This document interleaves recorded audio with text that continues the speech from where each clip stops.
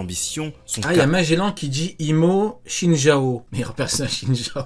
Ah ouais, quand même. charisme en font un ennemi redoutable et inoubliable. Ah, pour le flashback avec Garp Prime. Ah ouais, effectivement. Eh oui, oui. Ça se tape. Doflamingo, Shinjao, ça se tape. Vraiment, ça se tape. Pour le prix des meilleurs débuts, j'ai choisi de le donner à Fujitora. Il est à la fois puissant avec un sens de la justice propre et a osé s'opposer aux machinations du... Non, Tsuku, tu peux pas dire ça. T'as pas le droit de dire que Shinjao pue. Ah non, ça veut dire que Garp Prime pue. Non, sacrilège, mon ami, sacrilège. mondial qui voulait encore une fois masquer ce qu'avait fait le gouvernement mondial Ouais, c'est chaud de Fujitora, c'est chaud, hein. Faut dire la vérité, c'est chaud.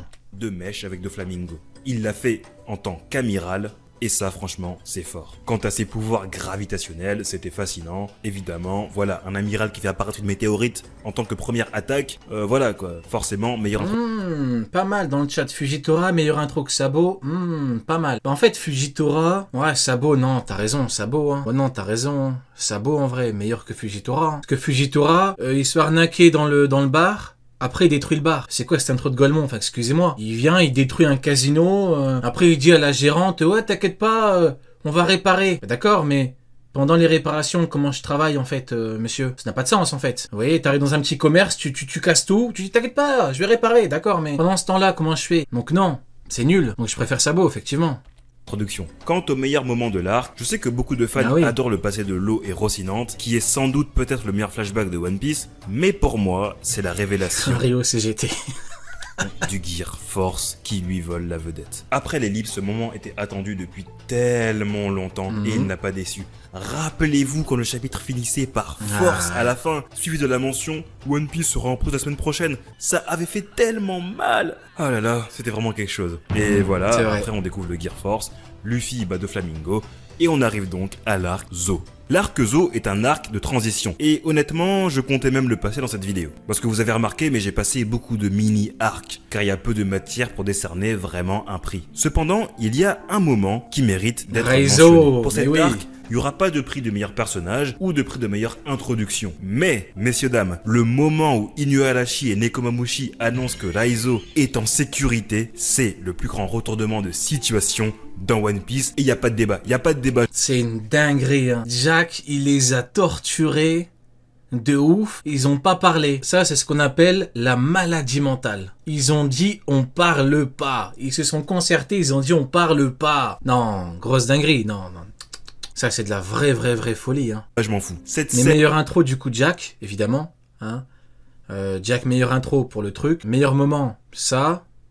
Et meilleur personnage. Alors là... est puissante et montre à quel point ils ont protégé Raizo malgré toutes les tortures subies et que leur cité millénaire a failli disparaître. Pour cette raison, Inuarashi et Nekomamushi méritent tous deux un trophée. Après cela, vous connaissez la suite, l'équipage va se diviser et le groupe de Luffy va se rendre vers Whole Cake. Whole Cake Island... Momo en personnage. est un arc pourquoi pas, centré sur Sanji et sa famille, les Vinsmoke. Cet arc explore profondément la notion de famille, à travers comment Judge et Big Mom traitent leurs enfants. C'est un arc émotionnellement chargé qui pousse Sanji à se remettre en question. On voit un Sanji au plus bas, qui montre un visage plein de tourments lorsqu'il apprend la vérité sur Pudding. Pour moi, le meilleur personnage de cet arc, c'est Brook. Pour le road, Katakuri quand même, frérot. Honnêtement, il a eu un rôle incroyable entre ses combats. On l'aime bien, Brook, on a toujours dit MVP, on aime bien le road, Soul King, mais... mais doucement. Il faut doser. Non, honnêtement, je peux pas. Je vous jure, je peux pas. Je mets Katakuri 1000 fois, non. Contre les homies de Big Mom, son discours face à la Yonko, son moment... En fait, c'est soit tu mets Katakuri, soit tu mets Luffy. J'arrive pas à imaginer d'autres persos. Même Sanji, je le mets pas. On va me dire c'est son arc, oui, c'est son arc, mais les autres, c'était trop gros. Pique lorsqu'il détruit la photo de Mother Caramel, et surtout lorsqu'il récupère une copie du Road Poneglyph, il a brillé à chaque étape de l'arc. Et ça fait plaisir. Ouais, il a fait des trucs sympathiques et importants, mais en meilleur personnage. Car depuis qu'il est devenu un Mugiwara, il n'avait pas eu autant de mise en avant. Donc, Brook, meilleur personnage de cet arc. Pour le meilleur personnage... Attendez, mais pour les 3 moments, on peut mettre Luffy ou Katakuri pour les 3. Meilleur perso, Luffy Katakuri. Meilleure intro, Snake Man. C'est une intro, entre guillemets, c'est une nouvelle forme, donc voilà. Ou intro Katakuri quand il voit dans le futur. Et moment, pareil, hein. Katakuri ou Luffy, les deux se tapent dans tout le truc. Faisant ses débuts, c'est sans hésitation Eh oui. Charlotte Katakuri. Katakuri est un grand antagoniste, avec une grande profondeur, et son sens de l'honneur a vraiment marqué les esprits. Son combat contre Luffy est le combat qui jusqu'à aujourd'hui a le plus divisé la communauté. Ah, fallait être là les mecs. Fallait être là à l'époque du combat Luffy Katakuri, c'était n'importe quoi. Et moi, c'est mon combat préféré. Dites-vous, pour ceux qui n'étaient pas là, vous voyez le délire avec Kizaru Egghead. Bah à côté, c'était mignon.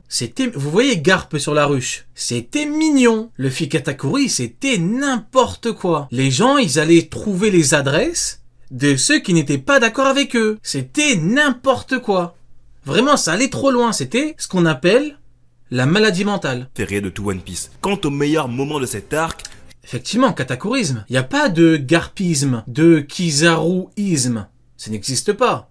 Mais Katakuri, c'était chaud. Et puis Katakuri, vous voyez, tu pouvais pas esquiver. C'était tu gagnes, tu perds. C'est tout, il n'y a pas de... Il a perdu, malgré le fait qu'il ait perdu, ça a essayé de... Ouais, mais il a pas vraiment perdu. C'était fini, les mecs. C'était fini. Il y a Magellan qui dit...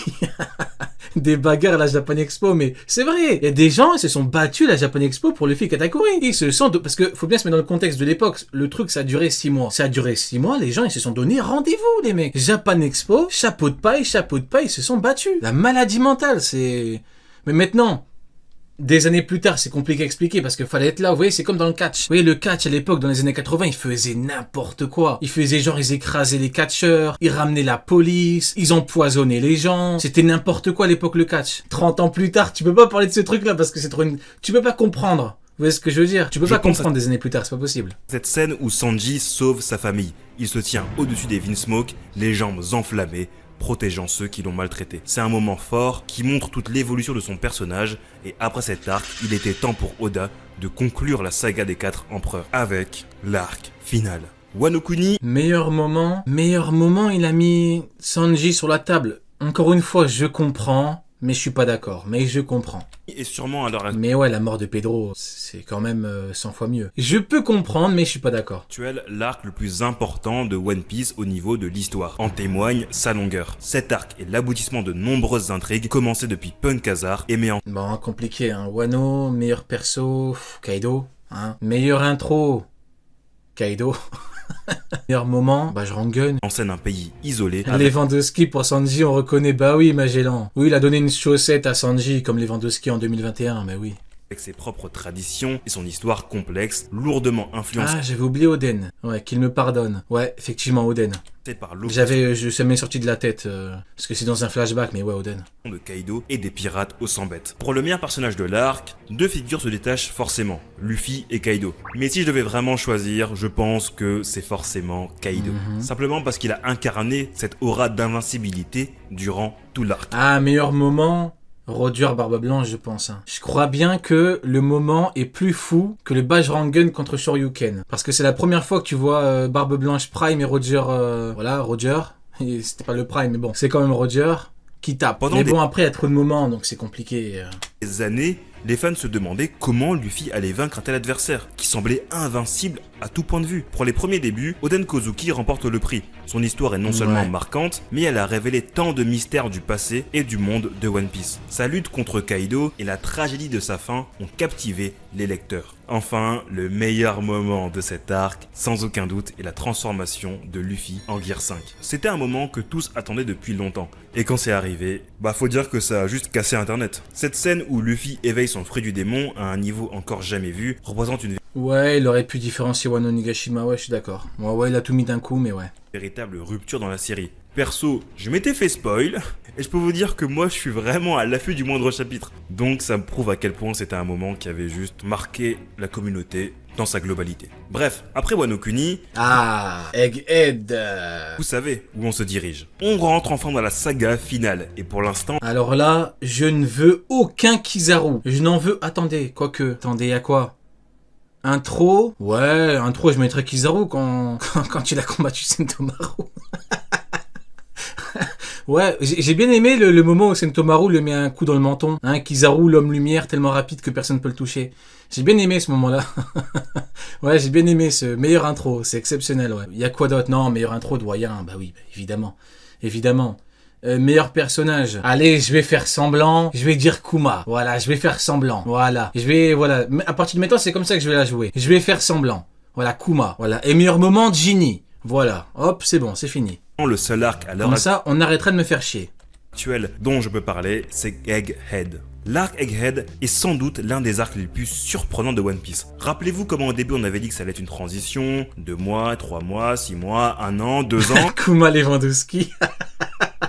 Ouais, exactement. Et j'assume. Personne ne s'attendait à ce que tant d'événements majeurs se déroulent simultanément. Oda a choisi de montrer tout ce qui, avant dans One Piece, était raconté par d'autres personnages. Cet arc est centré sur Vegapunk et ses recherches sur les secrets du monde. On en apprend beaucoup plus sur les mystères scientifiques et historiques de One Piece et les autres. J'aime bien, ils ont regroupé tout le monde dans son gros crâne. Sur les secrets C'est du bien monde. fait, regardez-moi ça. On en Hop, apprend beaucoup plus sur le gros crâne de Vegapunk. les mystères scientifiques et historiques de One Piece et les origines du monde d'aujourd'hui. Et l'implication des 5 doyens. Oh, la folie. Oh, c'était chaud. Mais quand tu compares avec Kizaru, c'est tellement un random à côté. Regardez où Arcuri plein de W. Regardez le gros cheval. Non.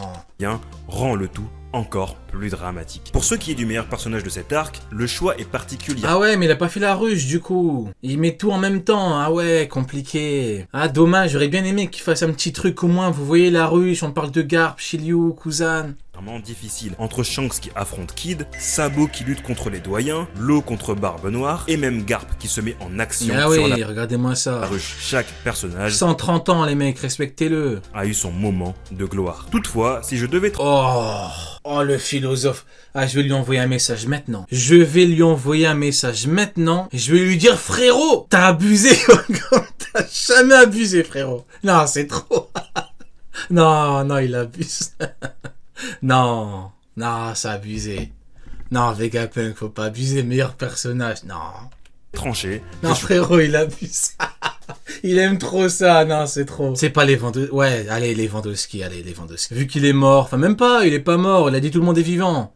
je choisirais Vegapunk pour sa centralité dans l'arc. Ouais, il abuse du Lewandowski, là. J'ai beaucoup hésité avec Kuma. Bah voilà, Kuma. Non mais franchement, quitte à Lewandowski-iser, bah Kuma. Franchement, Kuma. Son histoire, mais c'est vraiment Vegapunk que j'ai aimé. Le fait qu'il incarne une personne qui a sacrifié ses idéaux pour de l'argent et l'avancée scientifique, et qu'à la fin il se rend compte de son erreur, tout en ayant prévu sa mort, ça j'ai vraiment aimé. Pour les premiers débuts, le Golos... Oui, doyen, oui, je suis d'accord. Premier, meilleure intro, c'était chaud. C'était très très chaud. semble évident. La révélation de leur véritable apparence et la terreur qu'ils ont incarnée avec leur Haki des Rois. Ah, Arcuri, regardez-moi ça. Haki des Rois, direct. T'as pas besoin de parler, de réfléchir. Ils sont là, ils avaient 2 en maths. Ils t'ont sorti les équerres, les compas. C'est des fous furieux de ça pour dire, ouais, mais regarde, là, l'éclair, c'est 15 cm. Hein. Quand c'est du HDA, c'est plus entre 13 et 14 cm. Et leur prouesse au combat, c'était une belle introduction. Quant à la meilleure case d'Egghead, c'est des fous, ils ont calculé la taille des éclairs. C'est vraiment compliqué. Regarde.